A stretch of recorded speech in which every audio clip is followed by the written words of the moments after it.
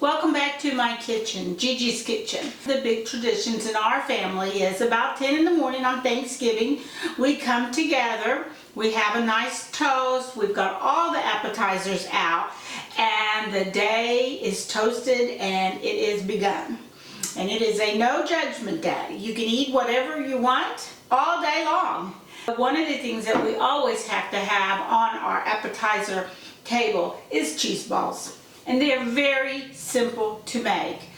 We're going to do one traditional one that you see all the time with the olives and the pecans. And then I'm going to do one of my favorites, is a black pepper Cajun cheese ball. That's very spicy. We're going to do the olive and pecan one first.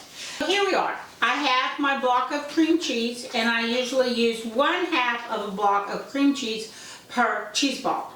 And then I use a 1/2 cup of shredded cheddar cheese. I use sharp cheese. Depending on the flavors I'm building, depends on what kind of cheese I'm using. But for this one, it's usually sharp cheddar. And I always do the finely grated cheese. And you can grate it yourself, or you can buy it already grated, and you can use the thick grate if you want. You can put Monterey Jack in, you can put blue cheese in, all kinds of combinations. But the basics is you've got a cream cheese and you've got a cheese, a hard cheese. So 1/2 of this goes in the bowl with my shredded. There we go. Set that aside for the next one.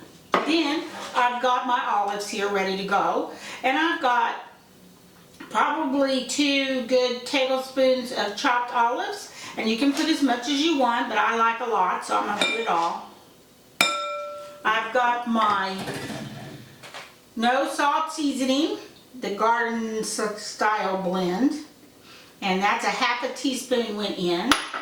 I'm going to add a couple of splashes of Worcestershire. Now remember, our olives are salty.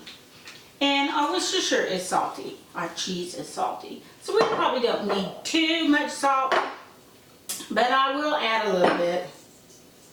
And my pecans have salt on them too, because I have toasted these pecans in the skillet on the stove in butter, which is salty.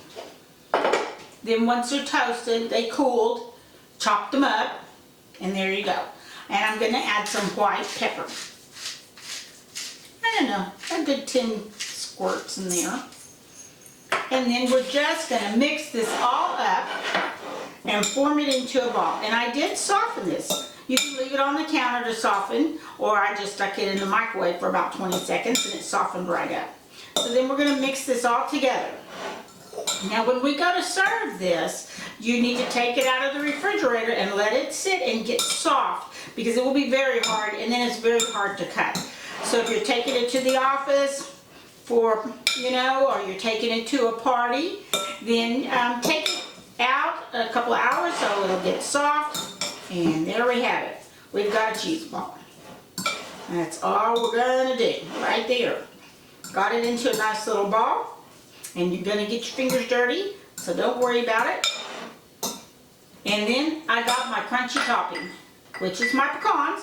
So I'm going to roll this ball up, and then I'm going to roll it around in the pecans. And once I get that done, I'm going to wrap it in a saran, and then it goes into the refrigerator. How easy was that? Oh my goodness, that was so easy. There we go. And then again, I'm not going to clean my bowl. I'm going to just keep using the same bowl for the next cheese ball. And on it goes until I get them all made. Sometimes I make 2 or 3. And I might make 2 or 3, one for Thanksgiving and one to take to work and one to take to a friend's house or to the holiday art party or whatever. And we're just going to roll it around in the pecans till it gets good and coated. And then we're going to wrap it in the saran wrap and put it in the refrigerator till it's good and cold. And then I'm going to put it on a platter when it's time. I'm going to serve it up with some crackers. Whatever your favorite crackers are. I would highly suggest not to have anything soft like a saltine cracker.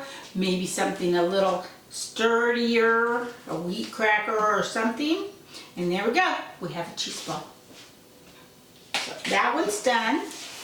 I'm going to wrap this up put it in the fridge, and it's ready to go. So now we get to move on to the next one. A black pepper Cajun. I don't know where we came up with this, but we did many years ago, and I make it every year. So here is my cream cheese again. Same. I often wondered how this would taste if I made it with, put a little blue cheese in it with the black pepper would be good too. But here's my cheddar going in.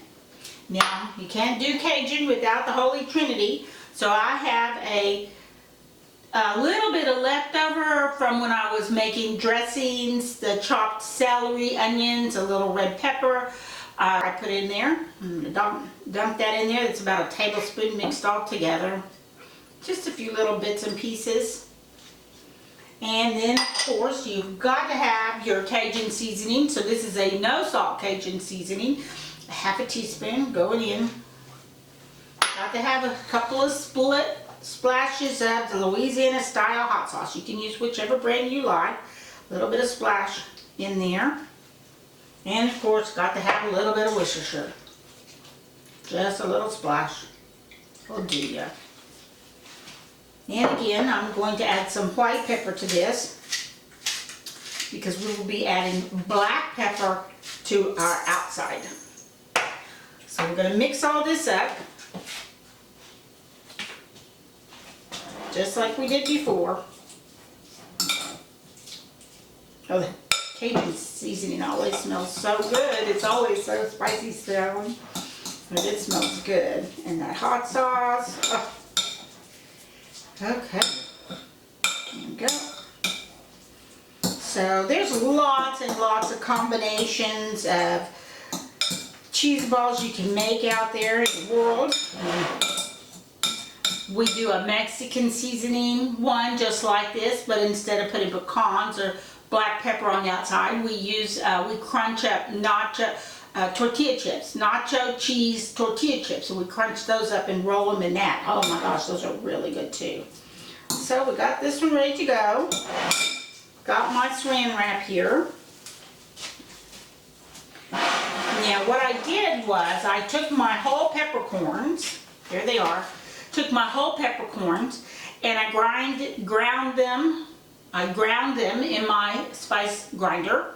And now I'm just going to sift it a little bit to get the fines out of there, because nobody wants to bite into a whole peppercorn or that crunchy pepper black outside. But I'm not going to throw it away. I'm going to keep this because we're going to use it for soup or stew or whatever. There we go. So that looks really good. Set that aside. And here goes the messy part again. And this one's really creamy because it's been sitting out for a while. So we're going to make our little, I think I'll do a log on this one. So mainly because I think that it has a lot of pepper on it. And then if I do a log, they can slice off a little piece to put on their cracker. And this does really well with like Triscuits style woven, whatever, crisp. Nothing too, it's got to be stout enough to hold up to the cheese. Ooh, this is sticky. Okay, here we go. Now you can double the recipe and make one gigantic one, or, you know, but it's pretty much the same. And now we're just going to take it and roll it in that black pepper. Just like that. Pat it down in there. I'm going to do the end. That's the really spicy one. If you're really brave, you go for the end. And a lot of times people go like, oh my gosh, Gigi. And then they take a bite of it and they're like, oh my God, that's so good. But it has to be, you really need to do the fresh ground black pepper. So there we go. That one's ready to go. So we're going to roll it up. Goes in the refrigerator. And then it's ready to go wherever you need it to go. You can do this. Have a good day. See you next week. Bye.